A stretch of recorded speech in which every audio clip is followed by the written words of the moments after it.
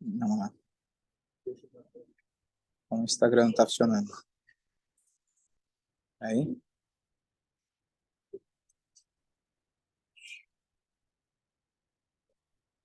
Mais um instante.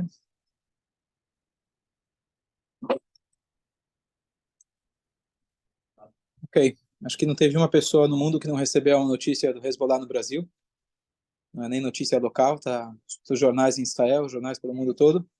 E eu acho que às vezes causa um pânico geral e cabe a gente conversar um pouco sobre o assunto e ver o que a gente pode fazer, qual que é a nossa reação em relação a isso. A tua reação já sei, Marcelo, você tem um parceiro aí que já está pronto para reagir. Portar arma. Então, eu posso falar um pouquinho? Posso falar primeiro? Você perguntou o que poder fazer. Tá bom. Não, tudo bem. Deixa eu dar a visão bíblica, judaica. Depois você complementa com a questão prática. Ok, vamos lá. Eu acho que a gente está numa época que quem não sentiu o que significava nazismo, quem ainda não tinha sentido, como aquele que Marcelo cresceu na Argentina, já viu o que é perseguição, a gente lia nos livros. Eu, justo há pouco tempo, recebi o livro do neto do Ben Abraham, E o Mundo se Calou, como se fosse uma coisa do passado. O mundo agora não se calou. O mundo está se manifestando e contra. E contra. Então, de alguma maneira, a gente pode assim enxergar o que está acontecendo, não em termos práticos, se Deus quiser, Deus protege a gente, mas uma situação muito pior que o Holocausto, em vários aspectos. Primeiro, hoje é tudo globalizado. Então, o Brasil, que é lugar de cerveja e futebol, já não é só cerveja e futebol. As pessoas estão ligadas na mídia, as pessoas estão muito conectadas, e quem não sabia o que era judeu, o que era judaísmo, hoje já sabe. E a ignorância continua, mas acabam absorvendo o que a mídia geral acaba falando. Segundo ponto, para a gente lembrar, e não estou aqui para querer dramatizar, mas os nazistas, יימח שמם, por todo o ódio que eles tinham, mas eles tinham um objetivo. E o objetivo seria criar o império deles. Esse, pelo menos, era o logo deles. Claro que tinha antissemitismo, ódio puro, mas eles tinham um objetivo. Número 2, eles tentavam esconder as atrocidades deles. Número 3, era com o sentido de uma guerra onde um ganha e o outro perde. Eles não estavam prontos para morrer. E no nosso caso, é o ódio, não escondem de ninguém. O objetivo é destruição, literalmente, eles falam isso claramente. Não tem vergonha. E o exército deles, não os donos que estão em Dubai, mas o exército deles estão com o ideal, com a grande objetivo de que morrer, por isso vale a pena. Catar, desculpa. Catar. Já se escapou para Irã. Não foi para o Irã? Bom, então, a nossa reação, a gente precisa estudar um pouco a nossa história. A gente tem a reação imediata como seres humanos de querer se proteger, de querer se vingar, de querer ir contra cada um com a sua maneira, mas a gente precisa parar e estudar a história. História, na verdade, é a nossa referência. Se a gente estuda a história, a gente pode olhar para trás e ver os erros e acertos, ver o que a gente pode olhar para trás e ver o que a gente pode fazer. Então, em termos práticos, que não cabe para a maioria de nós, você não faz parte do exército, da segurança, etc. Então, que temos que agir, temos que agir. A gente não pode deixar que essas coisas simplesmente passem desapercebido. Baruch Hashem, Mossad tomou atitude, a Polícia Federal tomou atitude, e além da federação, eu sei de várias outras pessoas envolvidas com direito, por exemplo, de começar a fazer processar pessoas, indivíduos, figuras públicas que estão se manifestando contra e realmente fazer um processo, literalmente abrir um processo contra cada um deles, mostrar que não tem brincadeira, o que é crime, o que é ódio, o que é discurso que incentiva ao ódio. Infelizmente, a gente já viu 3 casos, lo aleno, fora de Israel, já chegou no 3º caso, que não passe disso, de literalmente assassinato contra o nosso povo. Quem não lembra os 3 casos, aquela mulher nos Estados Unidos, a primeira, depois esse cara agora no protesto em Los Angeles, e teve alguém lá na França, foi na França, do além. Então, quando alguém diz que as palavras não têm força, infelizmente as palavras têm força, e a gente está vendo o resultado disso. Não é simplesmente, estou vestindo uma camiseta do Hamas que eu me identifico, acho legal, né? Legal. Esse legal teu, você está, na verdade, comprometendo a segurança de muita gente. Então, não é só uma brincadeira. Essa brincadeira, essas palavras têm uma força muito grande. E acho que mais uma coisa que destaca, talvez, do além do Holocausto, é de que isso chegou nos meios acadêmicos. Não está chegando em pessoas radicais, pessoas não instruídas, que estão lá e se identificam com a destruição, etc. Isso chegou em meios acadêmicos e pessoas de altíssimo nível acadêmico não têm vergonha de dizer que Israel é uma ocupação e eles pregam pela destruição e aniquilação total de todos os ocupantes de Israel. Claro e abertamente. Acho que nunca teve esse tipo de declaração de pessoas, pelo menos, que se dizem instruídas, conhecedoras. Então, isso talvez causa também para a gente, não só as notícias, que quer vender notícia, o que vende mais é sempre a força do mal, mas realmente nas universidades, eu tenho um cunhado em universidade nos Estados Unidos, e a situação é realmente muito difícil. Muito difícil. Ele foi lá com uma turma no protesto palestino, ele estava protegido com policial, etc., mas lá cantando a Misrael Chai. Mas não é uma coisa simples. Não é uma coisa simples. E a pergunta é, a Hashem está dando para a gente sinais, a Hashem está dando para a gente alguma alerta que alguma coisa a gente tem que fazer. Então, além da parte prática, a parte estratégica, a parte de segurança que tem que ser feita, é obrigação nossa, todos nós, estar ligados com isso, tentar se proteger, estar seguro e etc., mas cabe a nós parar e refletir, é isso que eu queria transmitir, a parte espiritual da coisa. Então, nunca a gente pode parar e justificar o que aconteceu no Holocausto, etc., longe de nós saber quais são os planos divinos. Mas, ao longo da história, a gente teve várias vezes que nós fomos ameaçados e, milagrosamente, fomos libertados, fomos soltos, fomos protegidos. Essa é a nossa história. Resumo, os 3.000 anos de história nosso, é que Ve'akadosh Baruch Hu Matzilenu Miadam. A primeira coisa que a gente fala na Haggadah, Ve'ishem Dalavotenu, foi a promessa que sustentou nossos antepassados. Se Hashem não tivesse tirado a gente de lá, Bechol Dorvador Omdim Aleinu. Em cada geração, eles estão querendo nos atacar. Então passaram 70 anos, o tempo de uma geração é 70 anos. É para que se alguém esqueceu que você tem pessoas ao teu lado querendo te matar, agora a gente foi muito bem lembrado. Mas qual que é o final? O final não é, então, por isso, vamos calar a boca, vamos tirar a mezuzá, vamos tirar a kippá, vamos esquecer quem nós somos. Porque todas as outras civilizações desapareceram no mapa. E a única que sobrou, a única que não sobrou, a única que está aqui, somos nós, resilientes e fortes. Então, o que foi que nos sustentou até o dia de hoje? O que nos deu essa proteção até o dia de hoje? Isso é uma questão histórica, não religiosa. O único denominador comum do nosso povo, ao longo de todas as transições, mudanças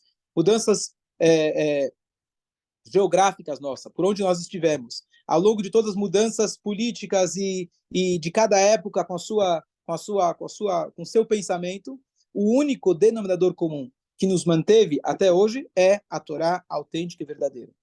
Todo o resto mudou. Tem judeus de uma forma, judeus de outra, pessoas comportando pensamentos, os pensamentos mudaram, a maneira de conduta de muitos se mudaram, mas o que foi e se manteve todo esse tempo igualzinho foi a Torá. E essa é a nossa maior arma. Tirando a parte prática, que a gente tem que se defender, a gente faz a nossa parte, mas a nossa parte é muito pequena. Israel tem países árabes 500 vezes maior do que eles. Em volta. E agora, quem tinha dúvida é o mundo inteiro. Não é só em Israel, nos países árabes. Então, Ismael deixou muitos filhos com a promessa que Deus deu para Abraham. São muitos, tá certo? E não só os filhos de Ismael, diretamente, islâmicos, etc. Você vê que muitos que pareciam ser nossos amigos, hoje estão tirando as máscaras, literalmente, e mostrando para a gente quem eles são. Qual que é a mensagem? O que a gente tem que fazer agora? Então, uma das coisas, acho que é talvez a mais importante, é a gente lembrar.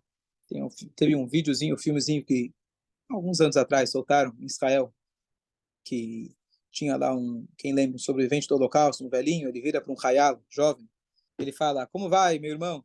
Quando chega o próximo ônibus? Ele fala, meu irmão, eu e você não temos nada em comum. Você lembra do videozinho? E no final ele fala, eu tive um bom professor, que falou que a gente é muito parecido. Ele chamava Hitler. Então, lo além, longe de nós, se Hashem vai proteger a gente. Mas está na hora, e é um momento especial para a gente, de olhar e se lembrar quem nós somos. E muitos que se esqueceram estão sendo lembrados agora. Porque agora está na faculdade, você não pode mais ficar, não, eu estou no meio a meio. Se você tem um nariz, eles vão te lembrar quem você é. Então é bom você se posicionar. Então, esse tipo de perseguição, quando se fala na economia, né, se os juros baixam, a bolsa sobe, o dólar sobe, a bolsa cai, você tem que tirar a vantagem do momento oportuno. A vantagem desse momento, a gente não pede por esses momentos, a gente pede todo dia que a gente não venha por não passe por um teste, mas a vantagem que a gente tem que tirar desse momento é a união do nosso povo, o despertar do nosso povo, que cada um agora realmente aproveite e se lembre, porque é um ódio infundado, é um ódio completamente ilógico. Como você pode mostrar um vídeo, uma criança sendo fritada dentro de um forno, e o cara falar, viva Hamas? Não cabe. No mundo hoje tão progressista, no mundo onde se defende os direitos humanos, direitos das árvores, direito dos bichos, e chega no povo judeu, não existe. Eles estão ocupando... E o que eu tenho a ver com Israel? Tá bom, estão ocupando... E o que eu tenho a ver? Por algum motivo, eles sabem que o judeu aqui no Brasil, ele representa o judeu que está lá em Israel. E o judeu que está em Israel representa o mesmo Moshe Rabbeinu, o mesmo Yitzhak, o mesmo Yaakov, que foi perseguido pelo seu irmão. Então, se você tem dúvida se nós somos ainda aquele mesmo grupo de judeus, mesmo povo judeus, então a gente vê, é completamente ilógico, não tem sentido, por isso dá tanta raiva e o pessoal fica, não, deixa eu mostrar para eles, olha aqui que eles fizeram, olha aqui que eles fizeram. Eu lembro o primeiro comentário aqui na sinagoga que alguém fez, dia que eu cheguei aqui na Sucá, dia 7, alguém falou, não, mas o mundo inteiro está do nosso lado, pode ver a mídia, o jornal inteiro. Eu falei, deixa de ser bobo. Primeiro, isso não vai trazer nada para a gente. Segundo, é um dia de choro de jacaré, e amanhã você pode ver que a coisa vai inverter. E não é isso que vai dar apoio para a gente. Se a gente for procurar apoio entre os povos, Hashem, ele diz, tem nada que você procurar lá. O único que você pode se apoiar, se aferra, se ligue, acredite em Akadosh Baruch Hu, e ele é o único que nos salvou até agora. Poucos exemplos da história, mas o exemplo de Purim, que o plano de Amán era a aniquilação total do povo judeu. Ele deu um prazo de 1 ano. 1 ano depois, ele ia aniquilar todo o povo. O que aconteceu nesse ano? O povo estava desunido. O povo estava distante. Quando Amán ele chega e fala para o Ahasverosh, vamos fazer esse plano, eu quero que você me dê o carimbo para assinar, ele fala, tem um povo que ele está espalhado entre os povos. O que quer dizer espalhado entre os povos? Ele está desconectado, mas eles são Amechad. Ele fala, tem um povo que ele está espalhado.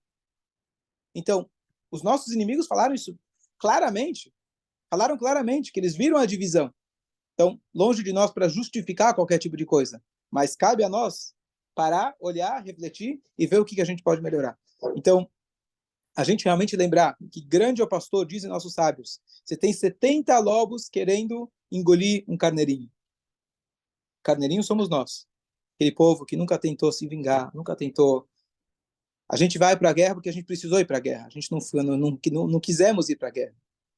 Mas, quando o carneirinho ele acha, os lobos são meus amigos, estamos no século XXI, as pessoas hoje já enxergam que Israel é um Estado independente, já enxergam que o povo judeu tem muito que contribuir com o Waze, e com o Zuckerberg, e com os prêmios Nobel. Então, hoje, todo mundo gosta da gente, então os lobos são bonzinhos.